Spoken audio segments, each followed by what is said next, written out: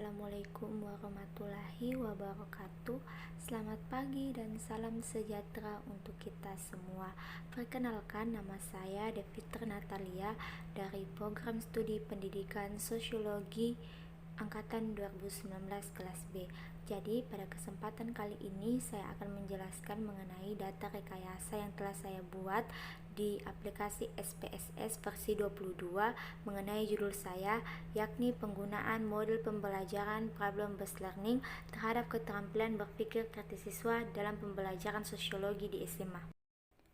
Iya, ada dua variabel utama dalam penelitian saya, yaitu variabel X atau variabel bebas, yaitu model pembelajaran problem-based learning atau PBL, dan adapun variabel Y atau variabel terikat, yaitu keterampilan berpikir kritis. Jadi dari dua variabel utama ini, apakah ada pengaruh dari variabel X kepada variabel Y, yaitu adakah pengaruh penggunaan model pembelajaran problem-based learning terhadap keterampilan berpikir kritis siswa? Ya, jadi ada beberapa variabel penunjang dalam penelitian saya, yaitu yang pertama ada kelas siswa. Ini dibagi atas 3 tingkatan kelas, yaitu kelas 10, kelas 11, dan juga kelas 12. Ada usia siswa, ada agama siswa, ada jenis kelamin siswa, dan yang terakhir ada gaya belajar siswa yang dibedakan atas 3, yaitu gaya belajar visual, auditor, dan kinestetik. Ya, selanjutnya kita melangkah kepada variabel view. Di sini saya menggunakan SPSS versi yang ke-22, yakni di atas 20. Ya, di sini yang pertama dalam variabel view kita dapat lihat ada nama. Saya menggunakan tipe string. Labelnya itu nama siswa dan measure-nya itu nominal. Iya, untuk variabel selanjutnya ada kelas. Di sini saya menggunakan tipe numerik, labelnya yaitu kelas siswa, dan saya mengelompokkannya yaitu 1 kelas 10, 2 kelas 11, 3 kelas 12. Dan measure-nya itu ordinal. Selanjutnya yaitu ada variabel usia. Saya menggunakan tipe numerik, labelnya yaitu usia atau umur siswa. Values-nya itu saya kelompokkan yakni 1 sama dengan usia 15 tahun, 2 16 tahun, 3 17 tahun. Measure-nya itu ordinal.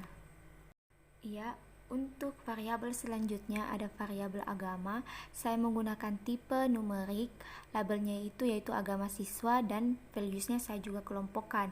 1 agama Islam, 2 Kristen Protestan, 3 Katolik, 4 Hindu, 5 Buddha, yang ke-6 Konghucu.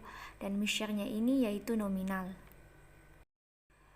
Yang selanjutnya yaitu ada jenis kelamin. Saya menggunakan tipe numerik, labelnya yaitu jenis kelamin siswa, dan saya kelompokkan juga 1 untuk laki-laki, 2 perempuan pada bagian values, dan measure-nya itu yaitu nominal.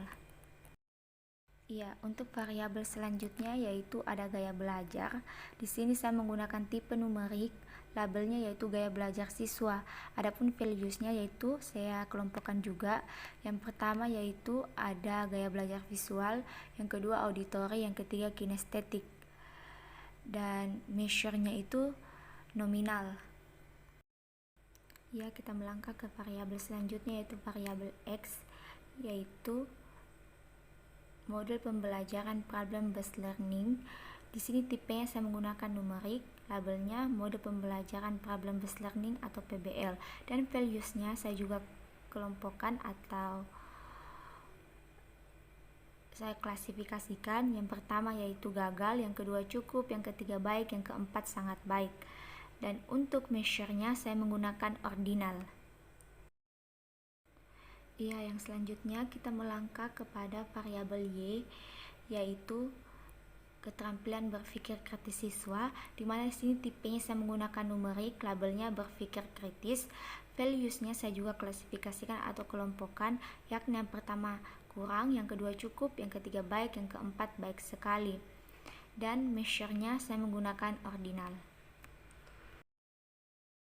Ya, selanjutnya di sini saya sudah mempunyai 50 data responden dalam penelitian saya sekaitan dengan penggunaan model pembelajaran problem based learning atau PBL terhadap keterampilan berpikir kritis siswa dalam pembelajaran sosiologi di SMA. Saya sudah mempunyai datanya sebanyak 50 orang. Iya, setelah kita memiliki data sebanyak 50 orang atau responden dalam penelitian ini, tiba saatnya kita melakukan uji korelasi, yaitu uji korelasi persen yang akan kita gunakan. Uji ini bertujuan untuk mengetahui tingkat keeratan hubungan antar variabel yang dinyatakan dengan koefisien korelasi. Jenis hubungan antara variabel X dan Y dapat bersifat positif dan juga negatif. Ya, jadi melalui uji korelasi persen kita dapat mengetahui lemah atau kuatnya korelasi atau hubungan antar dua variabel, yakni variabel X dan Y, dan apakah nanti akan bersifat positif ataukah bersifat negatif. Jadi untuk mengukur atau untuk mengetahui uji korelasi persen, kita sisa tindih pada fitur analyze, setelah itu correlate dan bivariate. Setelah kita klik bivariate, maka akan muncul kotak bivariate correlation. Pada variabelnya kita menggunakan variabel X dan Y, yakni model pembelajaran problem based learning atau PBL, dan juga berpikir kritis, yakni variabel Y.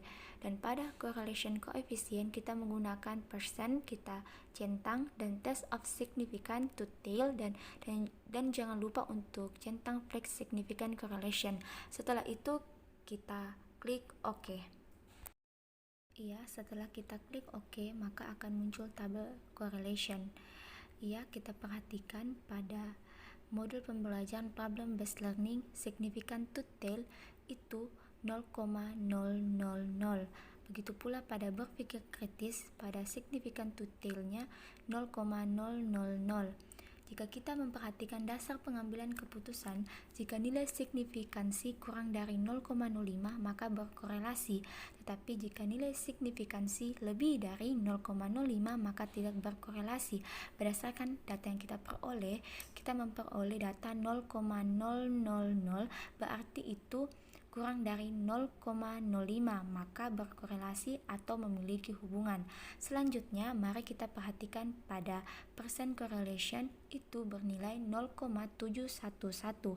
Jika kita memperhatikan pedoman derajat hubungan, itu masuk nilai percent correlation 0,61 sampai 0,80 yang berarti korelasi kuat atau memiliki hubungan yang kuat. Ada beberapa pedoman derajat hubungan. Yang pertama yaitu nilai percent correlation 0,00 sampai 0,20 berarti tidak ada korelasi. Nilai percent correlation 0,21 sampai 0,40 itu korelasi lemah. Nilai percent correlation 0,41 sampai 0,60 korelasi sedang. Nilai percent correlation 0,61 sampai 0,80 berarti korelasi kuat, dan nilai percent correlation 0,81 sampai 1 itu korelasi sempurna. Karena data yang kita peroleh 0,711 itu masuk korelasi kuat, 0,61 sampai 0,80 nilai percent correlation-nya berarti memiliki korelasi yang kuat atau hubungan yang kuat. Perlu kita perhatikan bahwa hubungan antara variabel X dan Y, yaitu model pembelajaran problem based learning atau PBL, dan kemampuan berpikir kritis itu bersifat positif.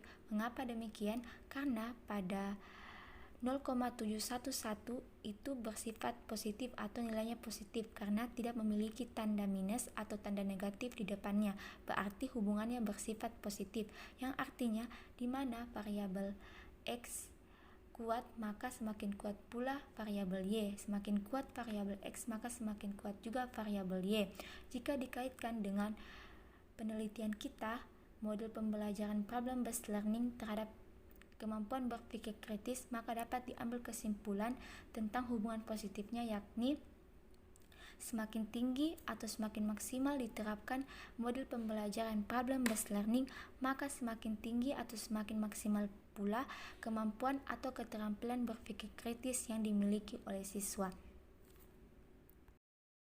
Ya, itulah tadi yang bisa saya jelaskan mengenai data yang sudah saya peroleh sebelumnya dan juga hasil analisis dari data saya mengenai penelitian penggunaan model pembelajaran Problem Based Learning atau PBL terhadap keterampilan berpikir kritis siswa dalam pembelajaran sosiologi di SMA. Kurang dan lebihnya mohon dimaafkan. Wassalamualaikum warahmatullahi wabarakatuh. Selamat pagi dan salam sejahtera untuk kita semua.